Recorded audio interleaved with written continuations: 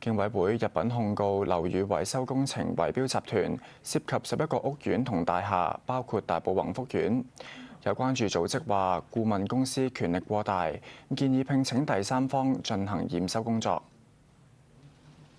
小業主其實係有呢個能力去到判斷嘅，俾一啲資料去佢哋自己作出一個英明嘅決定啦。去到驗收嗰一 part 嘅時候，會唔會係我哋小業主或者法團可以除咗顧問公司之外，去到請一個獨立嘅第三方去到